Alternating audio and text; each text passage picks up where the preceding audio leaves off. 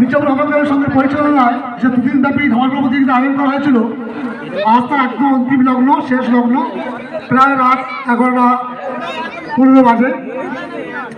আমরা তাড়াতাড়ি খেলাটা শেষ করতেও চাইছি। আমি মির্জাপুর আমাকে সমস্ত সদস্যদের বলেছি, আমরা শুয়ে দাঁড়াও, শুয়ে দাঁড়াও সবাই, শুয়ে দাঁড়াও, শুয়ে দাঁড়াও ভাই, শুয়ে দাঁড়াও, খেলা শেষ করুন।